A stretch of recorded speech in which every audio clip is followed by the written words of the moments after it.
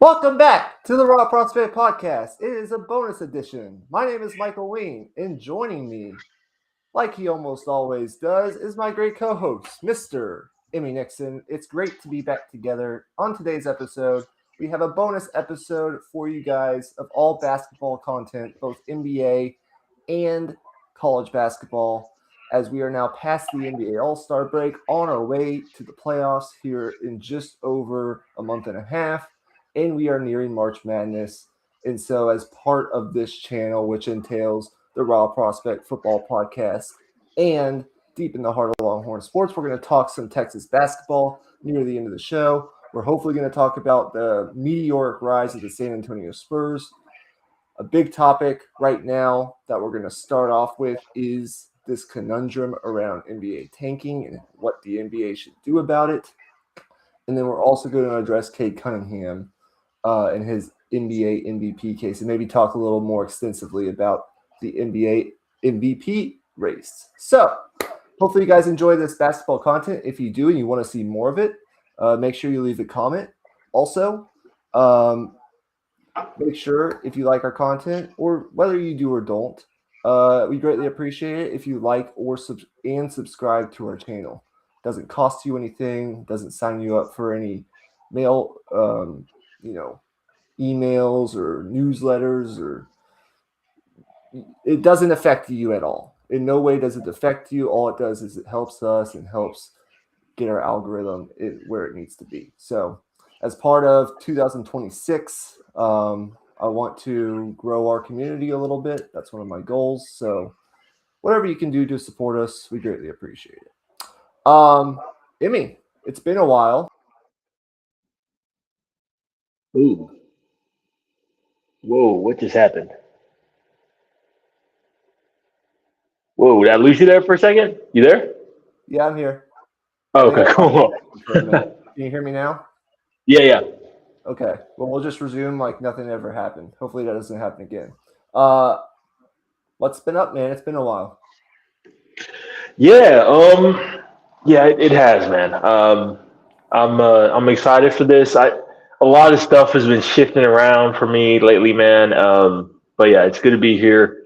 I got my wisdom teeth taken out on my left side, so you like see me like doing this or like looking kind of uncomfortable around here. That's why my face is still kind of like puffy. I don't know if you noticed that too, but yeah, I mean this felt like a good time to talk NBA a bit.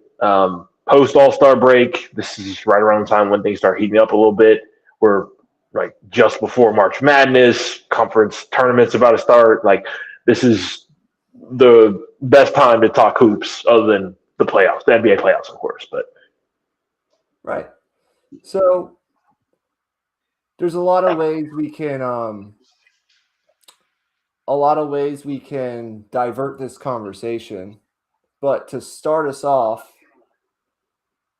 it seems like every year, I mean, there's an issue that everyone's talking about post Super Bowl, going into the All-Star break, coming out of the All-Star break, around the NBA as the focus of the public, the sports public transitions from the NFL in college football to the NBA. It always seems like every year there's something that people are talking about, whether it be maybe one year it's load management like it was a couple of years ago, or almost every year people have conversations and debates about the all-star format, or as is the case this year, it's of course the tanking issue that is even I would argue more prevalent and severe this particular season because of the depth and overall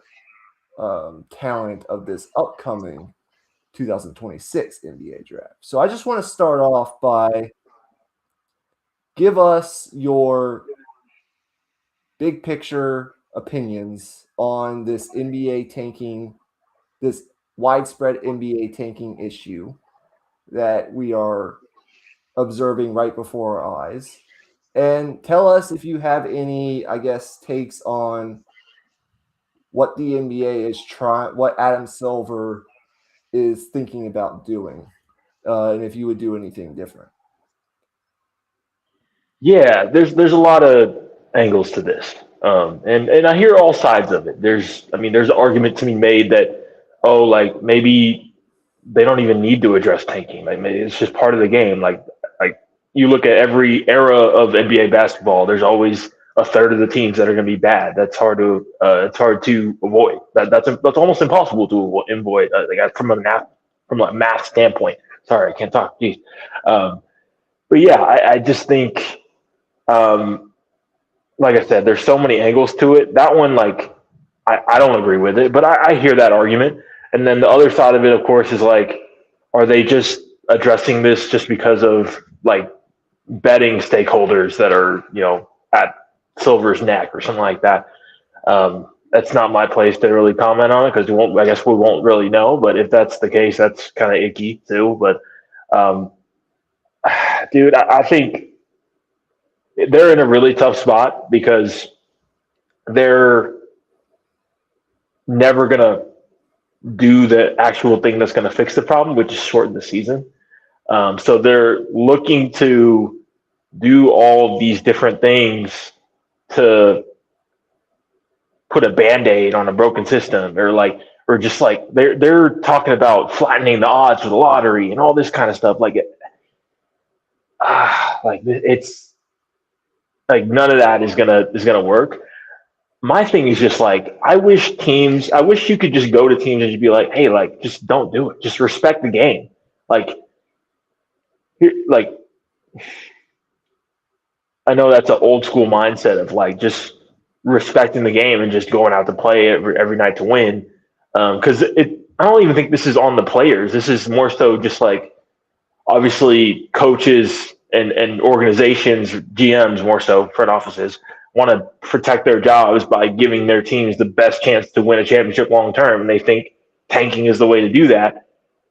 But my thing is like try like actually putting in effort to try to win fosters a like even if you suck, that fosters a better culture in your organization than just trying to lose. Like we've seen it with the Sixers. There's like the whole process thing. The reason why it didn't work is because all the bad habits that they picked up from trying to lose year after year after year. Like that's well, obviously there's a multitude of reasons for it, but that's one of them for sure.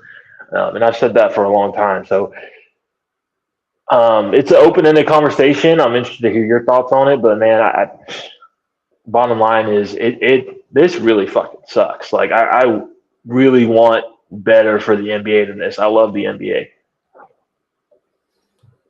Yeah, absolutely. So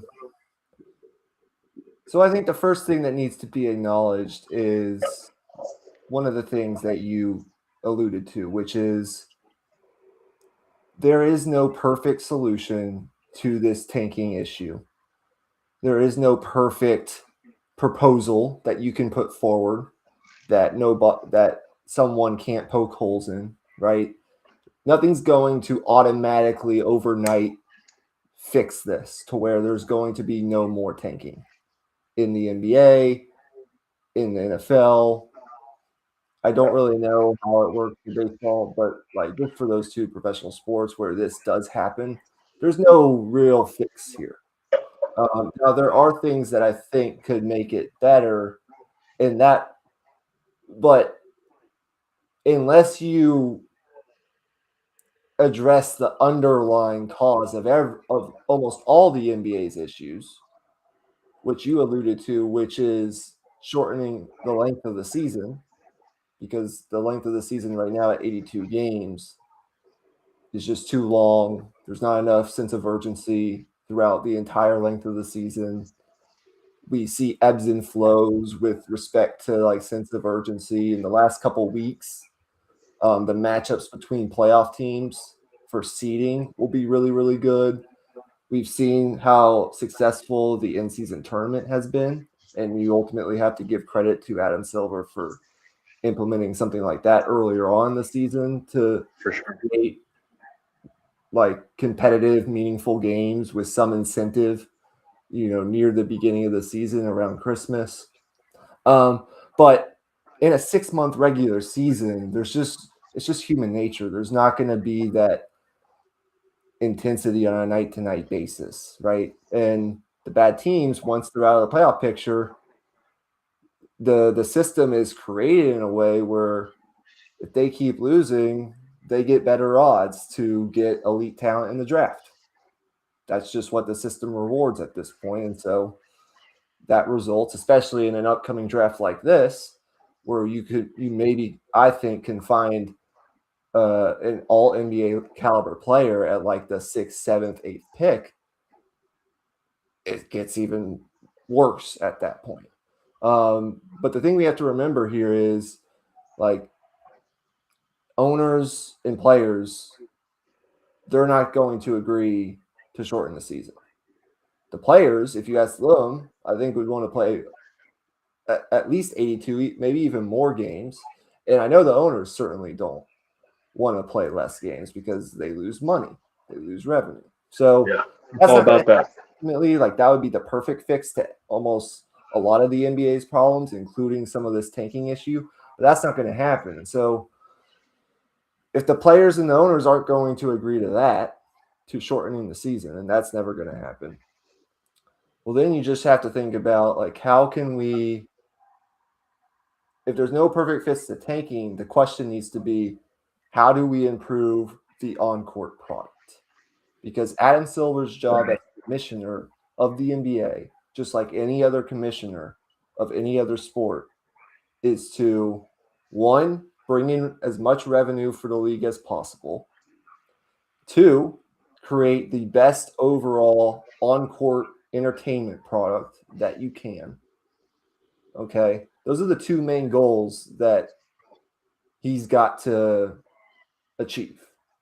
Create the best product that he can and bring in as much revenue for the league as he can. That's basically his job. And so what I would say about this is I think the major objective here needs to be improving the product on the court, which in my opinion means making games more competitive and meaningful throughout the entirety and the length of the season for Yeah.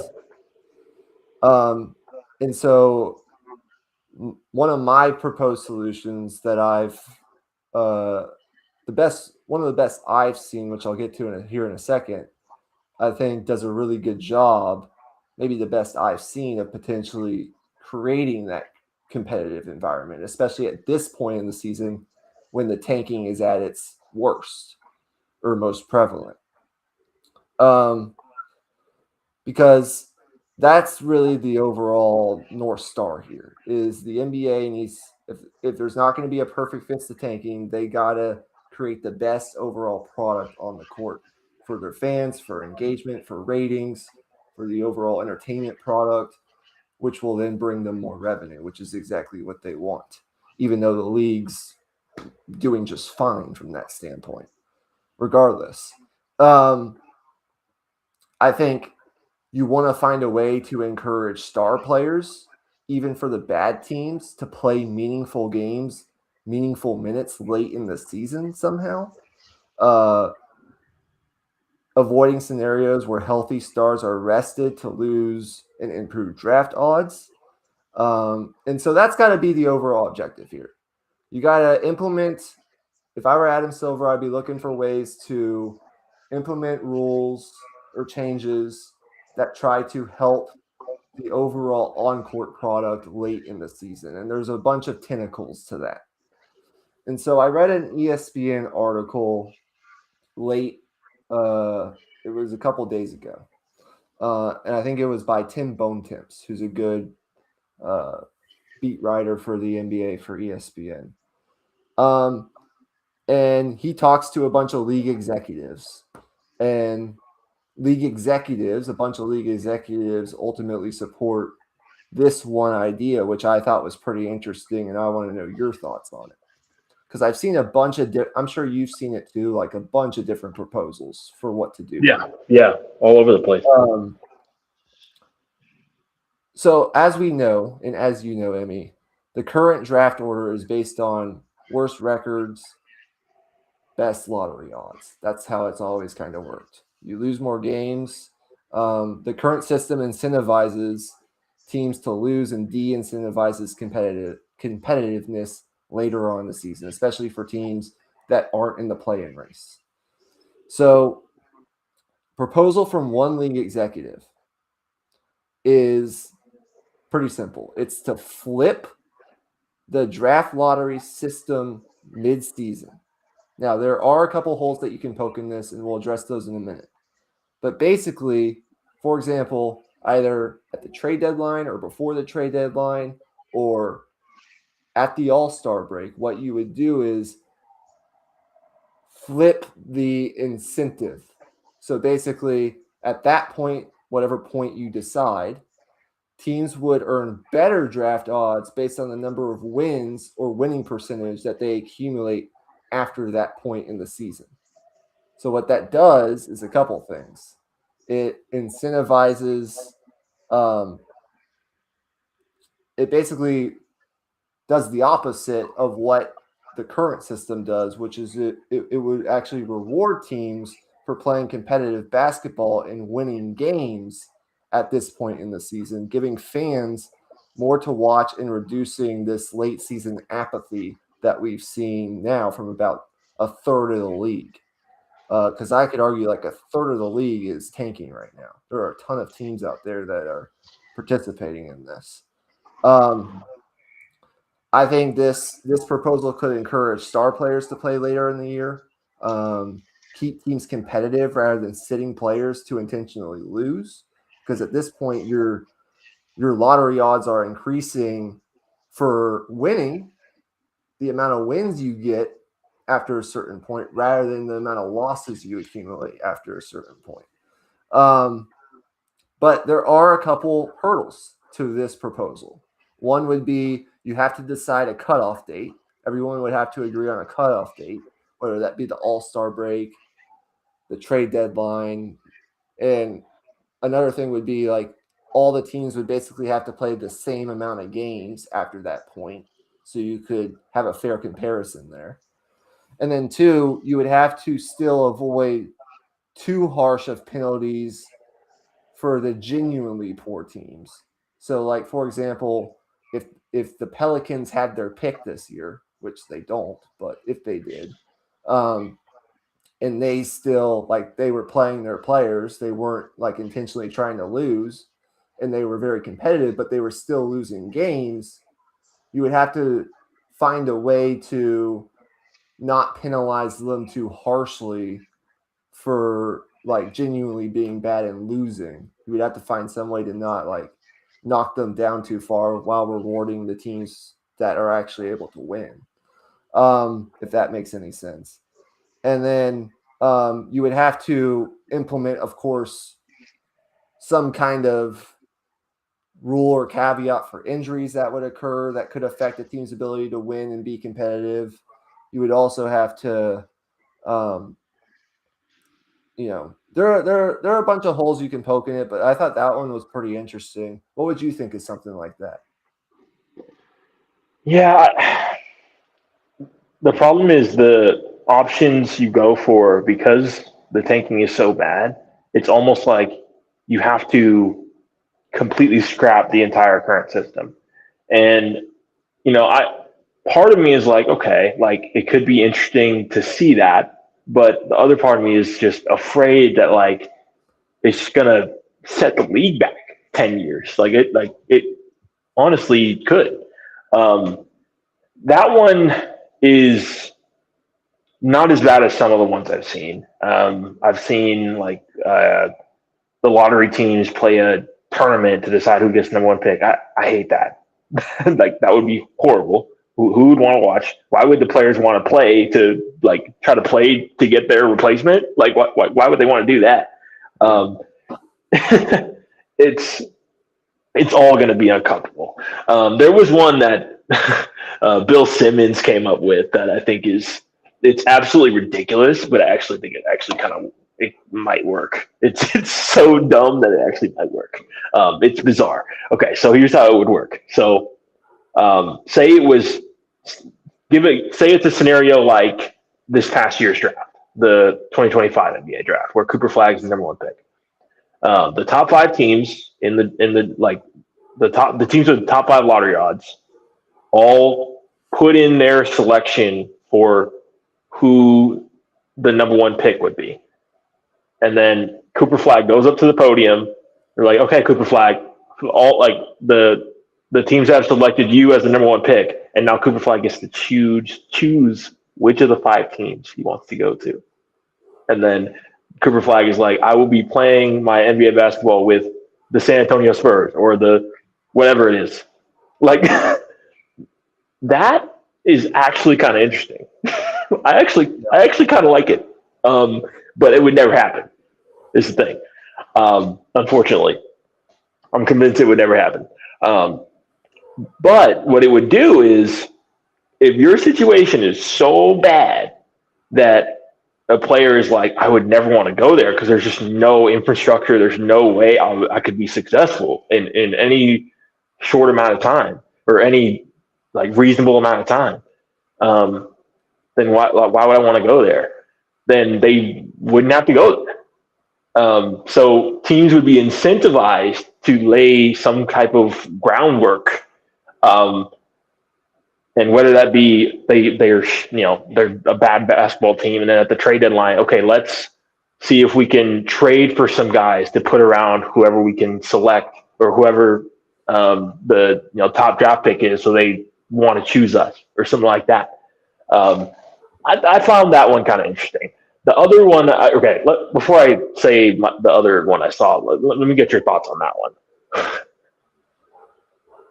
Yeah, I mean, I'm all for anything that would be interesting and could potentially improve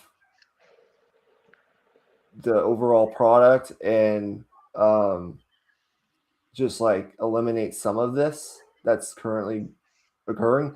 The thing that I think the overall thing that we have to acknowledge here is like, I think one of the things I've been thinking about is like, not every draft is created equal. And I do think in general, the drafts, just because of NIL, which is keeping more kids in college, and because of the international pool of talent that we now see dominating the NBA right now.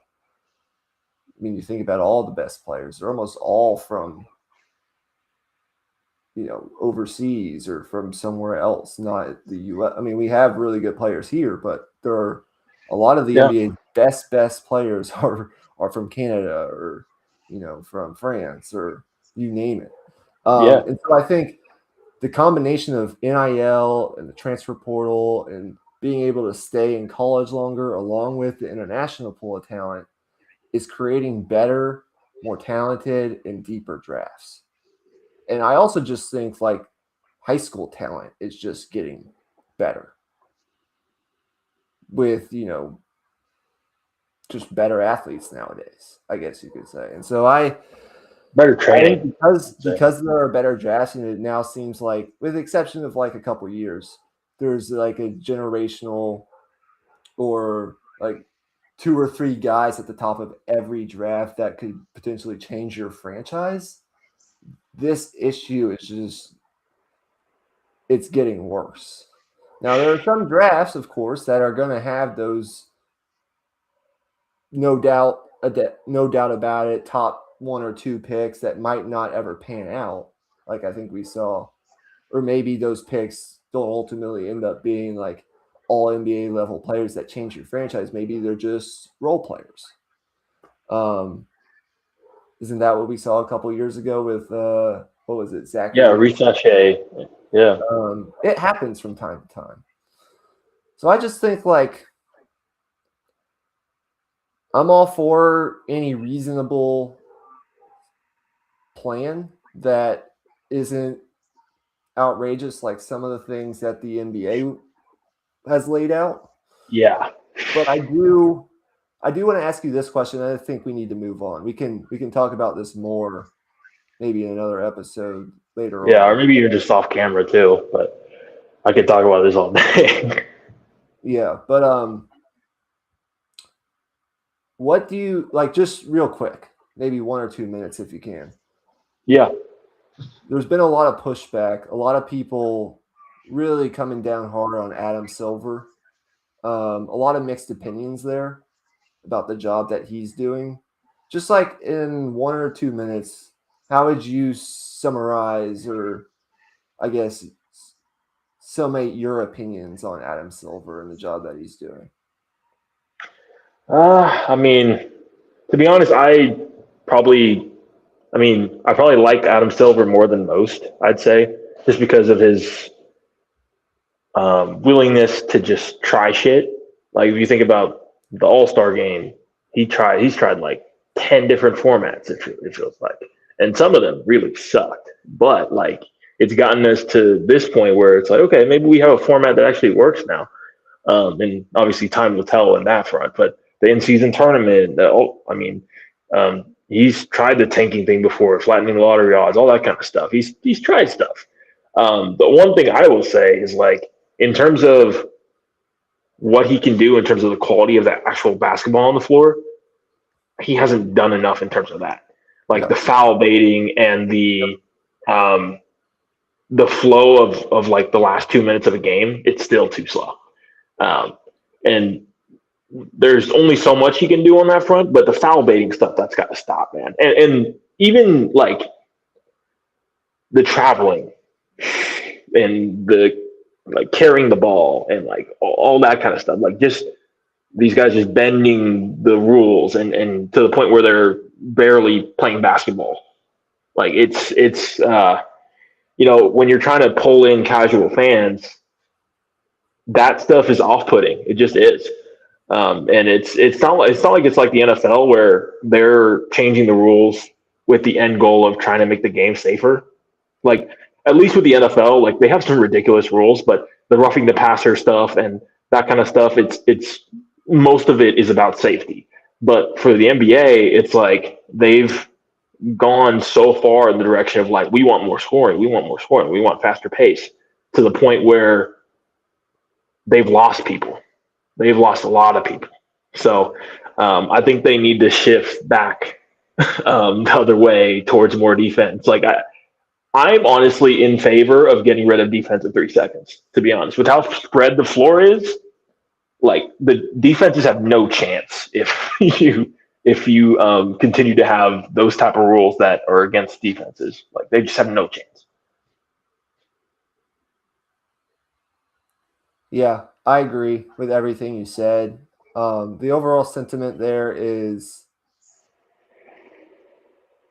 I applaud him for a lot of his efforts, for a lot of things that he's done already. But I do think he needs to be more stringent in actually fixing the product on the court, things like foul baiting and everything that you mentioned. But we'll leave that conversation. We'll table that conversation there. Speaking of Adam Silver, though, Emmy, one of the things he's done recently is he's implemented a 65 game rule, which was introduced to promote availability of star players and protect the integrity of major awards. You got to play a certain amount of games, 65 in this case, to be eligible for things like the MVP, Defensive Player of the Year, all these major awards that they give out near the end of the NBA regular season. And so, with roughly a quarter of the season remaining, we know the MVP race is heating up. And to be honest with you, it's very interesting because there are a lot of guys you can make an argument for that are actually towing the line of not being actually eligible Yeah. for these awards if they miss, just like a handful of more games down the stretch. One of the guys who's not towing the line is Cade Cunningham for the Detroit Pistons, who currently own the NBA's best record and are the number one overall seed in the Eastern Conference. And so I just want to I don't want to spend too much time on this if we can avoid it, but do you think, because we know Shea will have an argument if he plays enough games. We know Jokic. You can make an argument for Jokic. You can make an argument for Wemby. You can make an argument for a lot of guys. Do you think Cade Cunningham has a legit chance of actually winning the award? Definitely, definitely, man.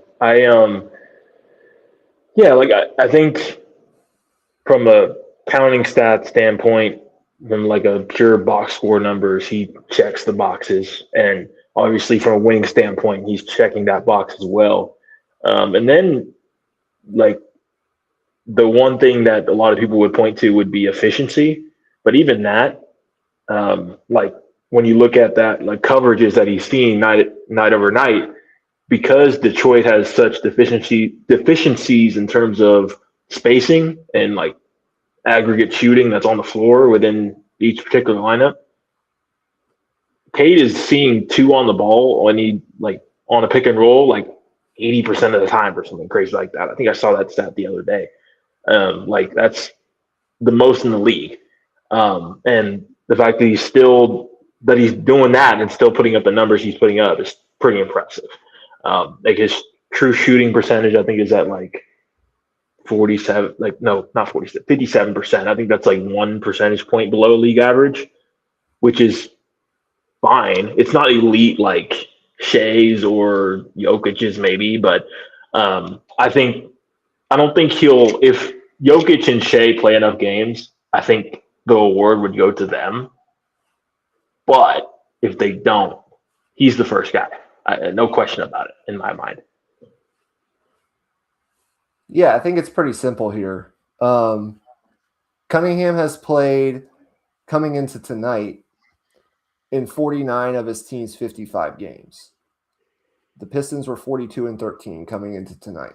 They're playing a game right now against my San Antonio Spurs. Potential finals preview, question mark? No, just kidding. So he's played now in 50 of his team's 56 games, which leaves him 11 games that he could miss while still being eligible for the reward. And there's only like 25-ish games left. And so unless something happens to him, like he'll easily clear that. He's actually on pace to finish with 73 games played. And in today's day and age, that's really good for a star player like himself. His numbers are elite. He checks every box. Averaging 25.5 points, 5.8 rebounds. I believe he is up there in assists, 9.8 assists. He's shooting 46.3% from the field. He's, I think, at career highs in efficiency. While it might not be elite Shea level efficiency, he's still performing well there. And he's leading his team. He's led his team to not just number one seed in the East, but the best overall record in the NBA, while playing more games and being more available than all these other stars that are in the conversation for the award. And so I think he just might win this thing by default. I think that's the simple answer here. It's possible because if you think about it, SGA, who I think would be the most likely to win it again if he plays enough games and the Thunder finish atop the West again. And I think he's widely considered the front runner. Coming into tonight, he's played in 49 of the Thunder's 60 games that they've played. And back on February 20th, just a couple days ago, it was reported coming out of the All-Star break that he would miss at least another week, which would lead him to miss maybe 2 to 3, maybe even 4 more games, depending on when he is able to get back, which would leave him, if he say he were to not come back until like the 27th or 28th, that would leave him with only 3 more games that he could miss the rest of the season if he wanted to stay eligible for the award. And for a player leading a title contender, that's a major variable. And so if he were to come back in a couple days, but then have a setback of some kind, he's kind of screwed at that point.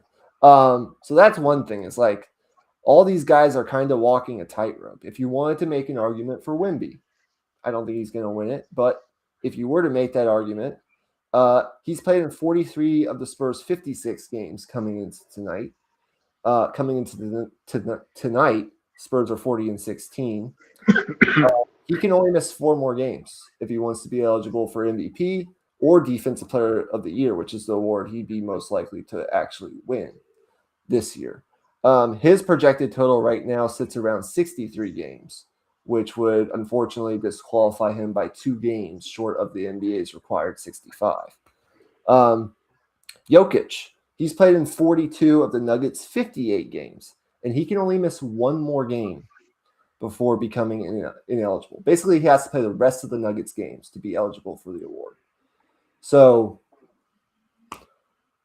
these guys are walking a tightrope. And so I think by default, if Shea misses enough games, which I don't want him to, because it's better for the league if he doesn't, but if he were to have a setback or something happen and he were to miss a week or 2 more, it might just get handed to Cade. But he's well deserving because he's got the numbers, he's got the efficiency, his team is winning. I think if you remove him from the equation, the Pistons are probably a play-in team at best.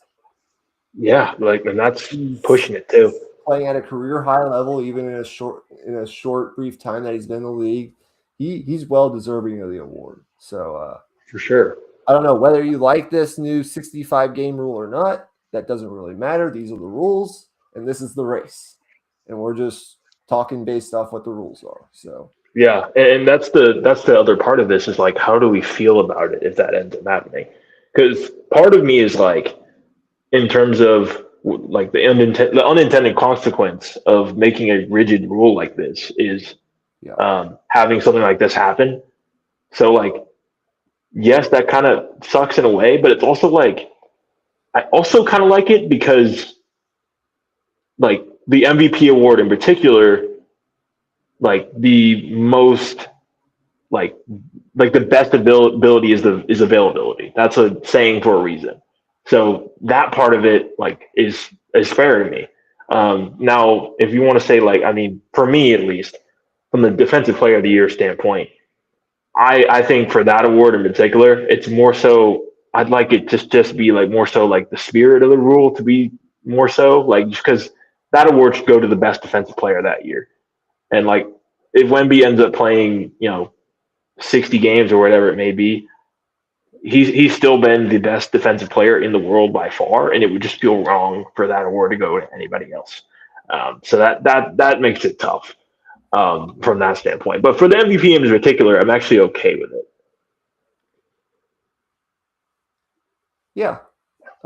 Cade would be well deserving. Look, it might not be if he were to win it, it wouldn't be the flashiest narrative, but it would be rewarding the league's healthiest star in a way. And so I wouldn't necessarily have a problem with it, especially if the Pistons continue on this torrid pace that they're on. What are they leading the East by right now? I just want to check real fast. A good amount for sure. They lead the East by 5.5 games over Boston. So like, wow. Only 25 games left. It's going to be tough for Boston or anybody to catch them at this point. So it's amazing. Like you kind of have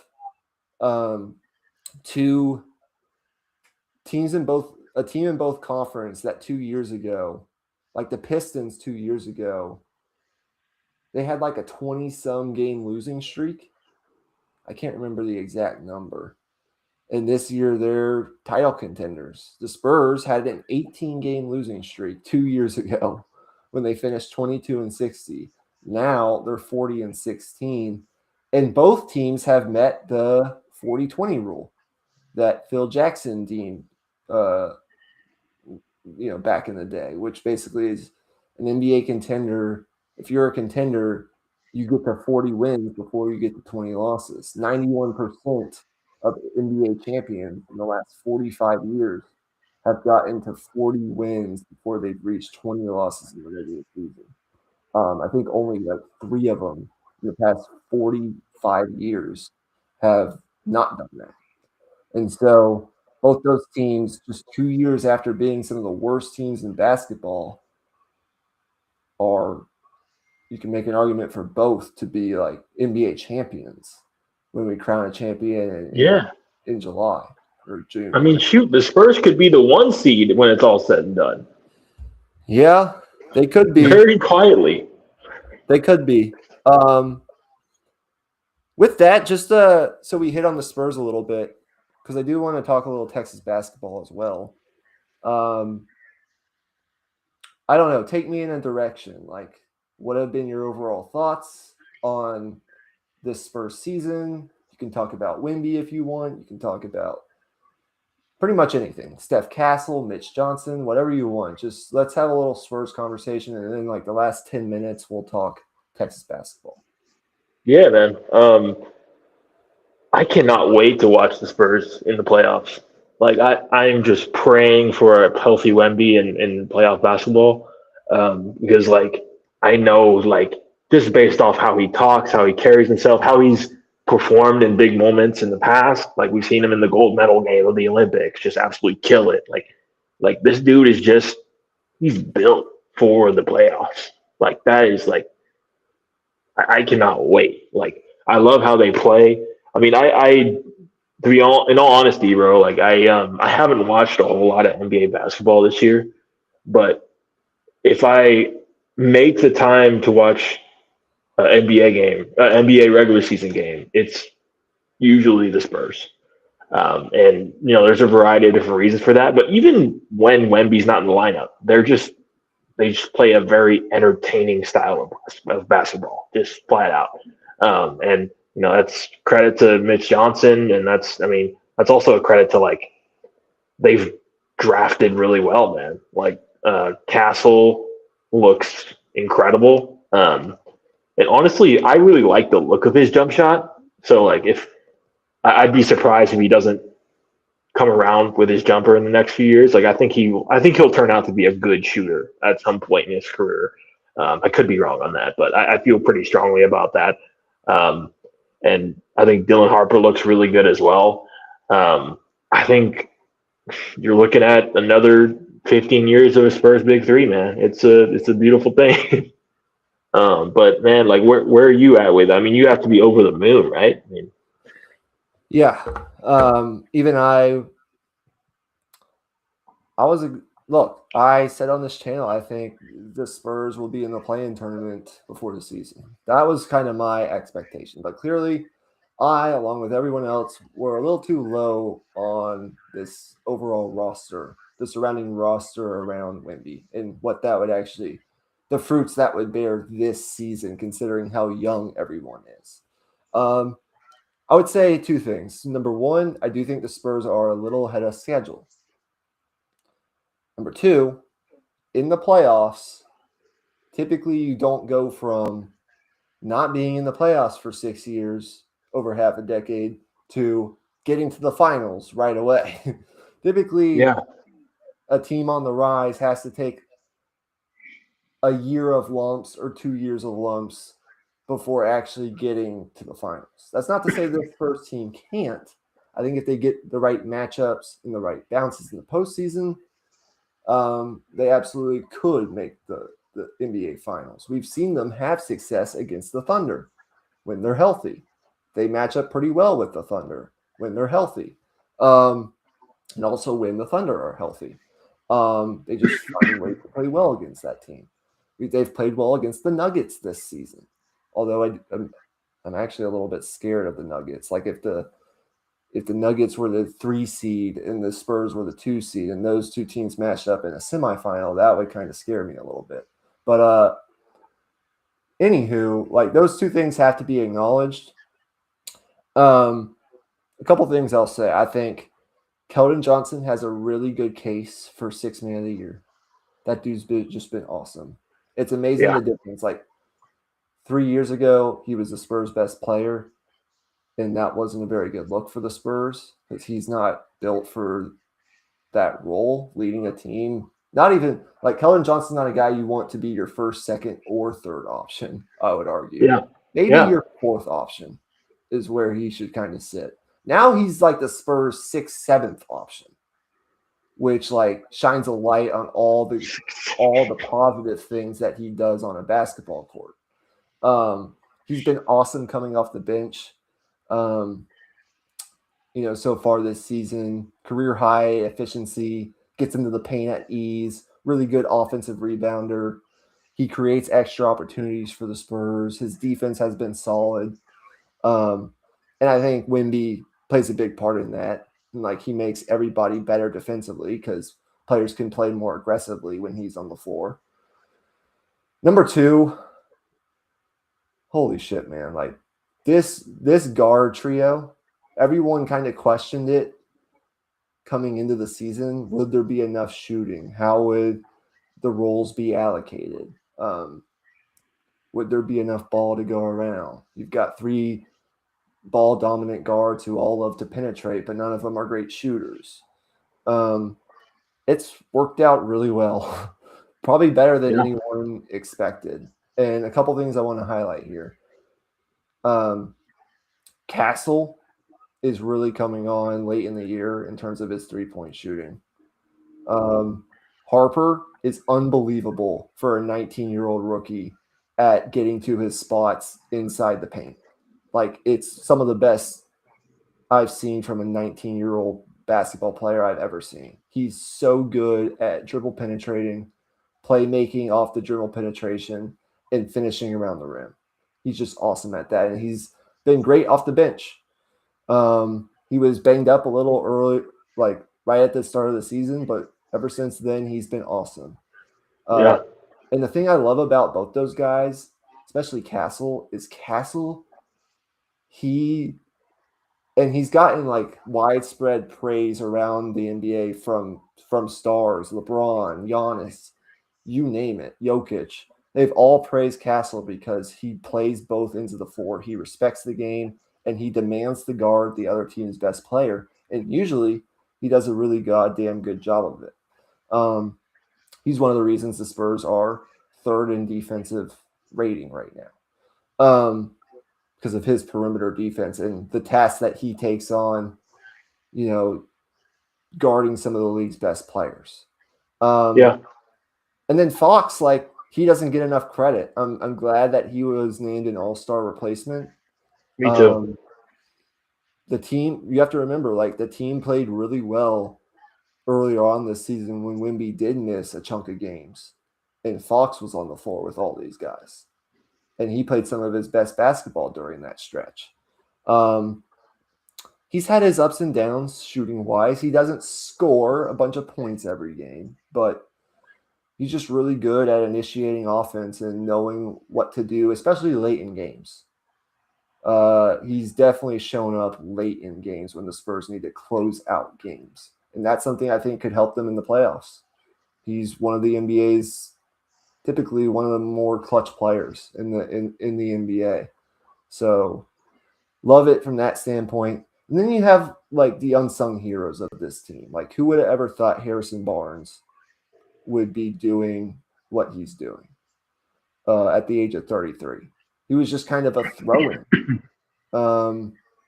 in that trade. And then you have a guy like Julian Champagnie, who nobody had heard of, I don't know, 3 years ago. Now he's one of the best spot-up three-point shooters in the league. So it's just a really well-rounded roster around Wemby that I don't think anybody would have seen coming this level of success this early for this team. But when you have a guy like Wemby who's generational, both ends of the floor, with his competitive drive and his overall talent, which keeps on getting better, if he stays healthy, this team is going to be a tough out. So those would be my quick thoughts on the Spurs. Obviously, I could go a whole hour on diving deeper into those topics, but I have high expectations now. Like, it's kind of been a readjustment of expectations. I guess, in your mind, really quick, what would be like a successful run for the Spurs this year, in your opinion? Considering what they are now. I think a 6-game series plus in the second round, win or lose, I think is a success. Because now obviously the Nuggets, they're an interesting case because Aaron Gordon's hamstring might decide the entire Western Conference. To be honest with you, like their injury situation is very interesting. Like if they're healthy, they're a real threat for the title, and if Aaron Gordon's still going to be hurt, like who knows, man. it's a crapshoot. But yeah, I give the Spurs a really good shot in that series, especially with home court advantage because I mean, they play great when they're in Frost Bank Center. That's been a thing all year. They've been really good on the road as well, but in Frost Bank Center, I think there's just like for a young team like that, there's a different level of just I don't know if energy is the right word for it, but there's just like a different type of atmosphere for sure.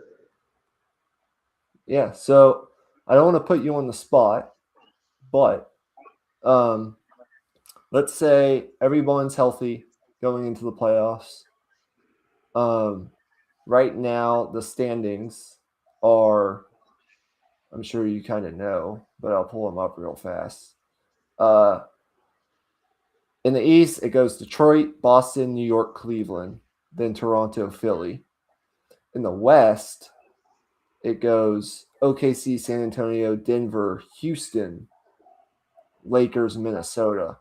What would be your finals matchup if you had to pick it today, just off the top of your head, real quick? What would your gut say? Um, I think my gut would tell me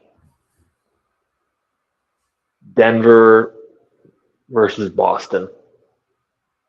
Okay. Um, I I wasn't a big Joe Mazzulla guy for a while, but he's really grown on me with the level of the job that he's doing this year. I think obviously there's a lot of good candidates for Coach of the Year, but to me he's the guy because of the amount of turnover they've had to deal with on that roster, the fact that to they've had to reinvent how they play offense. Like obviously they still shoot a lot of threes, but it's a different type of style. They're not running. They're not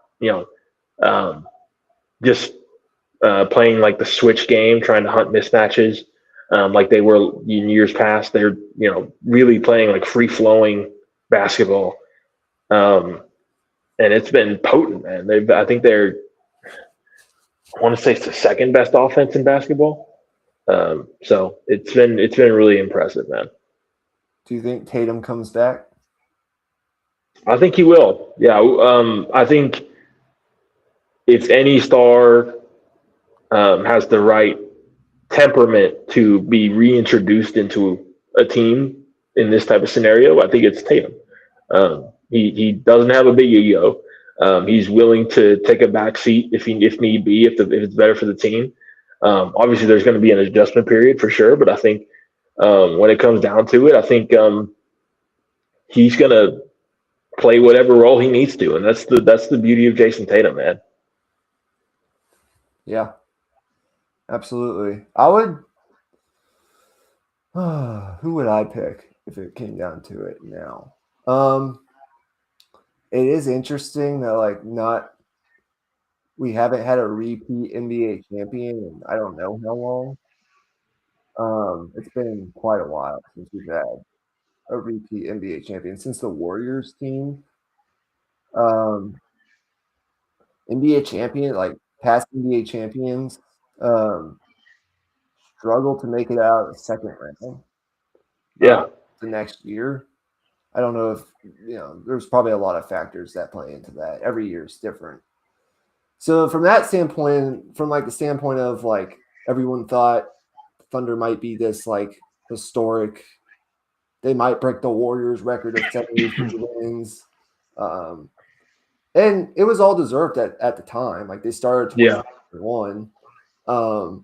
But like all this hyperbole around um, what the Thunder might do, and now that Jalen Williams has kind of struggled to get healthy and going all season, and Jay's had this injury, and there are just some factors that were in play last year that could affect the Thunder's success this year, along with that historical viewpoint, which I just mentioned of like previous champions struggling the next year.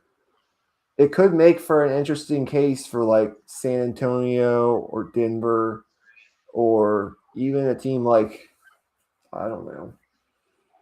Minnesota seems to play really well in the playoffs. They've been to the Western Conference Finals yeah. last. I'm not counting out Minnesota. I'm not counting out Minnesota. Definitely not. And Edwards has just gone fucking insane when he's played the Spurs this season. But I'd probably favor Denver too in the West, especially if Jamal Murray's healthy, and Aaron Gordon's healthy. God, how good has that guy been this year?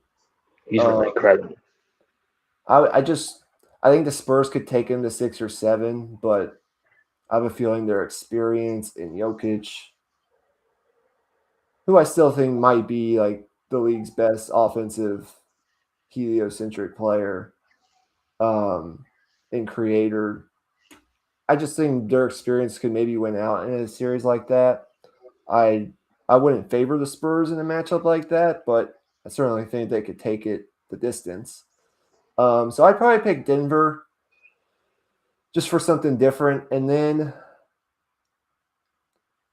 Do you think they would deploy white chocolate in that series a lot more to kind of have Wemby to be the help defender?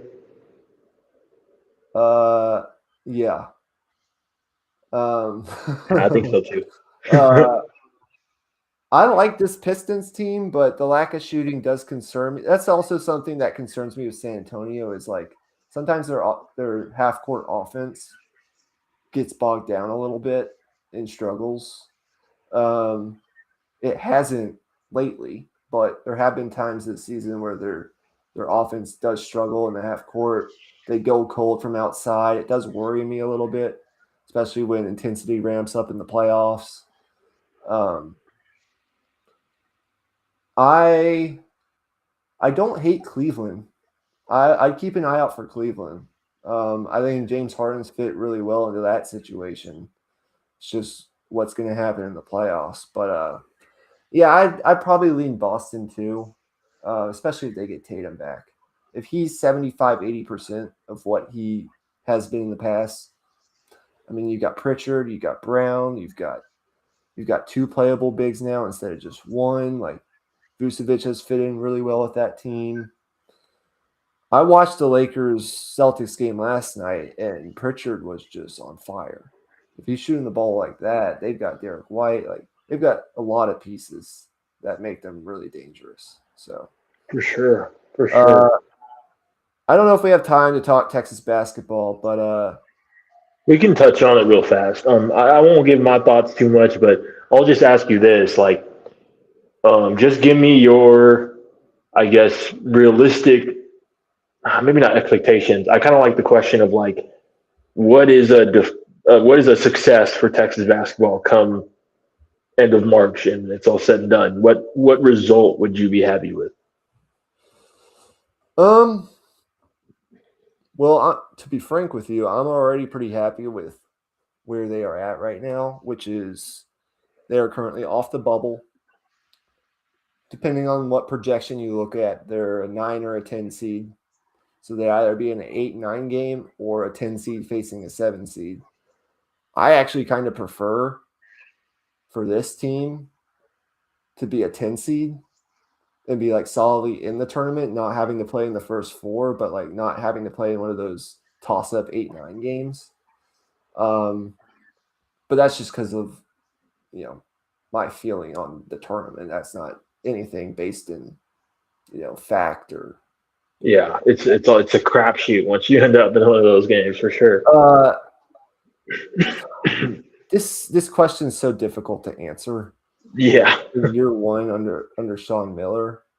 I think making the tournament and like making the field of 64, not having to play in that stupid first four, like in Dayton, that would technically, I think, be a success for this team, especially when you look at the context of this season and how things started. I mean, you remember, I think it was December 9th or 10th, we went to the game against Virginia. And what were we saying at that point? that looked bad. That looked really bad. Virginia has turned out to be really good, though. They've turned out to be a really good team. So it's aged fine, but my God, that night like they couldn't run offense, like let alone get a bucket. Like they couldn't run offense. The bigger point here is bigger point I'm trying to make with that is this team has gotten better month to month. Absolutely. November to December, they got marginally better. From December to mid-January, they stayed about the same. And from mid-January to now, they've gotten significantly better. They had the 6th ranked adjusted offensive efficiency per KenPom. That's something we never would have dreamt of in year one under Sean Miller with this roster after watching that game against Virginia. It's pretty incredible what he's done with the offense. The defense is the big flaw this year. It's something that I don't think you can count on in the tournament. They still foul too much, and they're just not a very overall good defensive team. They miss assignments way too often, and I just don't think they have the overall personnel to be like an elite defensive team. But their offense is great. They can score with just about anyone. They've been able to do it all season. Their defense has let them down at times. They're 116th in adjusted defensive efficiency per KenPom. That's the lowest of any team inside the KenPom top 50. And when you think about the tournament, it's those teams that you're going to be playing against in the NCAA tournament. Yeah. I don't trust the defense. I love the offense. I love Dailyn Swain. Not going to have time to talk about him right now, but he's putting himself in conversation for the lottery. Whether or not he gets into the lottery is another deal with how deep this draft is. But definitely like back into the first round. He could be a steal. Volkatitis has been overall for a sophomore coming from FAU to the SEC overall been very good. Tremont Marks had his moments. I think making the tournament and being competitive in a first round game would be a success for me. I know that's a relatively low bar, but that would be like the minimum bar of success. If they were able to win a first round game, then it becomes like an A++ season. Yeah, because I agree. Next year you'll be able to build off this. Now, for sure. If you could get Dailyn Swain back and Volkatitis back and bring in Austin Gooseby in this freshman class. But with the way Swain's been playing, I'm afraid it's either going to take an insane NIL package to keep him in Austin, or I'm just not very hopeful of him coming back. I don't want to get fans' hopes up of him coming back. But still, like if you bring in Austin Gooseby, if you can go get another true guard in the portal, because you're going to have to replace Tremont Mark and Kendall Weaver and Jordan Pope. If you can get a couple true guards in the portal, you can bring back Simeon Wilcher and Cam Heide, and you can bring back Volkatitis, then you're really talking about what I think could be the foundation of a preseason top 25 team next year in the SEC. But yeah, I put Sean Miller up against anyone for SEC Coach of the Year with what he's done. There's a reason this guy's won 70% of his games over 20 years coaching, has been to 8 Sweet 16s and 8 Elite Eights. Or I think I have that mixed up, but he's been to a lot of second weekends. He just hasn't gotten over that final hump, getting to the Final Four. So I'm pretty happy with where Texas basketball sits. If you're waiting for Texas basketball to arrive as like a program that can get beyond just hoping to win a tournament game, give Sean Miller another year or two, and I think you'll probably be there somewhere in that territory to where at least every other year or so you can be hopeful of a Sweet 16 second weekend run. Because, I mean, once you get to the Sweet 16 Elite Eight, it's who plays better on that night. Yeah. And exactly. You only got to win 2 games at that point to get to the Final Four. It's kind of a crapshoot at that point. So, yeah, that's kind of my 5-minute thoughts on Texas basketball. But I think that's got to wrap us up tonight because we're over an hour, slightly. Yeah.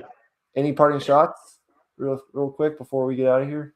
Yeah, for sure. I'll just say this, like in terms of maximizing this season in particular, to me it just relies on can you hit free throws and then like what happens when you can't offensive rebound. Because they've really not relied on it, but that's been a big strength for them in terms of their offense. So that those are the two questions for me. So Yeah. All right. Well, thank you for coming on, Emmy.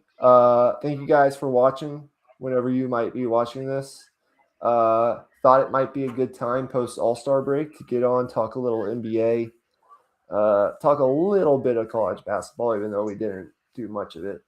But I really enjoyed this.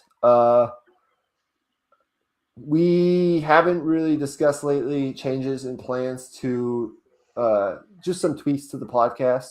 Nothing too serious, but I don't know when we're gonna, I guess, announce that or what the plans for that is. So we'll hold off on that for tonight. But what I would say in the intermediate, expect an episode of Deep in the Heart of Longhorn Sports before Friday. It'll be a solo, shorter episode, but I've got some really good football nuggets that I need to share and some thoughts on the baseball team. And then hopefully we'll have another show next week and then just putting out content weekly as we get to March Madness, which is going to be a crazy time in the NBA playoffs. And you'll see Emmy for sure here and then. But yeah, that's going to do it, guys. Make sure you like and subscribe, and we'll see you next time. My name is Michael Ween. He's Emmy Nixon. Peace out. peace.